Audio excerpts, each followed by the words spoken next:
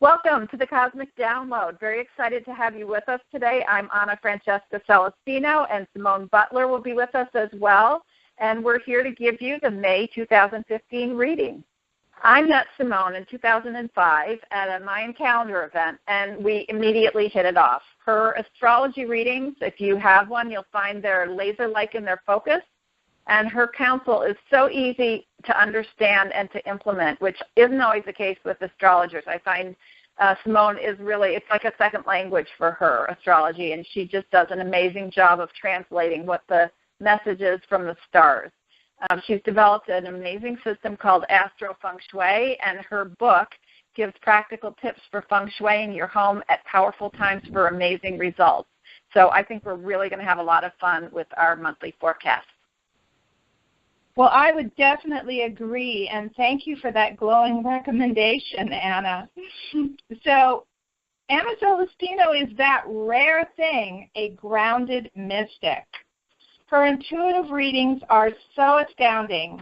They incorporate your past lives, even your future lives, to explain and heal whatever's going on for you now. Plus, she's a terrific coach who can really inspire you to be your best self.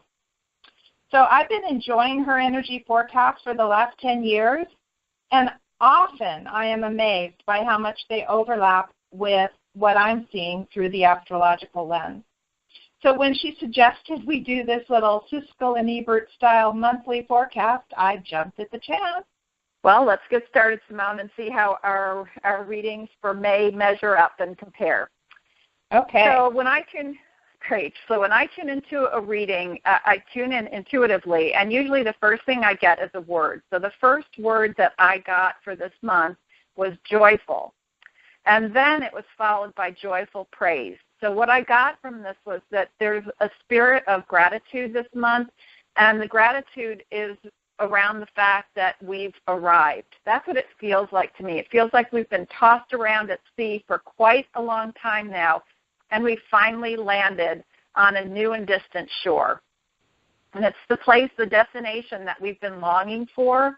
And the thing about this that I'm seeing for May, and I talked about this starting back in February, is that this is a time of coming out. It's finally safe to come out.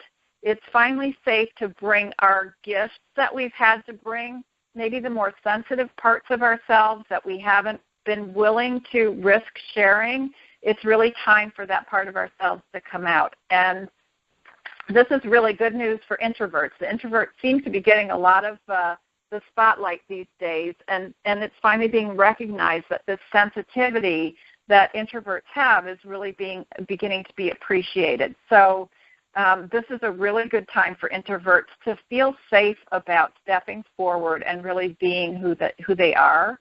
And this is also good news for extroverts, because I would imagine that's probably parts of the extroverts as well, parts that they've been protecting. And I'm talking about this month as sort of that sacred part of yourself that we've been keeping under wraps. Well, it's time to it's safe to bring that part out. So what did you get this month, Simone? Well, that's very interesting, because what I got was all about inner wealth. And, I mean, external wealth is all fine and great, and that could happen this month as well. But it really all starts with inner wealth.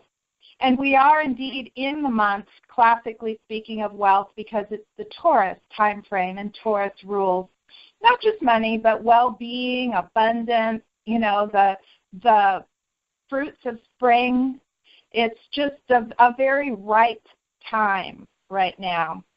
And wealth in Feng Shui is all about gratitude. So we definitely overlap in that assessment of what the month has in terms of its energy. So being grateful, being joyful, giving praise, all of that is very much connected with the inner wealth theme. And then also, we are indeed just coming out of the shock waves of the final Uranus-Pluto square, which happened in March. And this is a very chaotic cycle we've been in for a couple of years. It's still in the ethers. You know, the change that's been happening is still unfolding, but the more chaotic aspect of it is definitely on the wane. So in that sense, we can relax. Plus, May contains my very favorite holiday, Beltane, which is May 1st. And that's all about the celebration of nature and the sensual, the erotic. So the early part of May, to me, is the most powerful time because of Beltane. And then mid-May, we do go into a retrograde Mercury. So the only way in which we may diverge from our viewpoints is retrograde Mercury is not so much about stepping out.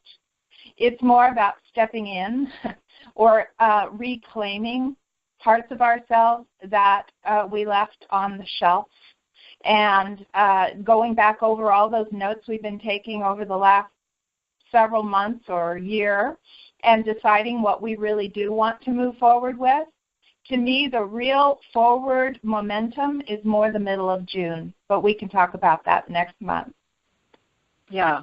Well, I think the Mercury retrograde that you're talking about really fits in with what I'm thinking because it is a matter of reclaiming old parts of ourselves or, special parts of ourselves, our gifts. And so, and the inner wealth, I think, is exactly right on in my interpretation of it. What I think is that it's the goals that we've had within, these gifts that we've had within, that inner wealth, that it's time to really get in touch with that and begin to utilize that. So I think we're on the same page about this. And the message that I got was stop judging and bring it. So really it's getting more and more safe for us to be able to bring out those very, very special parts. Anything else you want to add about that? Well, I forgot to mention that May 17th is the wealth new moon, the new moon in Taurus. So that's a really wonderful time to activate your wealth sector of your home, which is the furthest left-hand corner from when you walk in the front door. Just put a piece of beautiful amethyst in that corner or a bowl of coins or do something at that new moon to invoke for both inner and outer wealth. And or go out into nature. Do it in your yard. I'm building a little labyrinth in my yard, in my wealth area, at that exact new moon. So anything like that is very, very favored this month. And the thing that I would say that people can do this month is really take some time to think about, here's some questions for you. Think about the part of yourself that you've most protected. And then think about the part of yourself that you've least been willing to share. And then ask yourself, is that my gift? Because always our gift is the thing that we feel is the most precious, and it's the thing that we protect the most. So if you're trying to figure out this month what is the gift that you have to bring, that's where I would look, is what's most protected and what have I been the least willing to share. And then once you get in touch with that, do some work around it and find out why you're afraid to bring it, and can you start to bring that now, and what you've been missing by not utilizing that. That's got to be a big part of yourself that we've kind of kept in the back. So it's time to bring it forward and to start using it.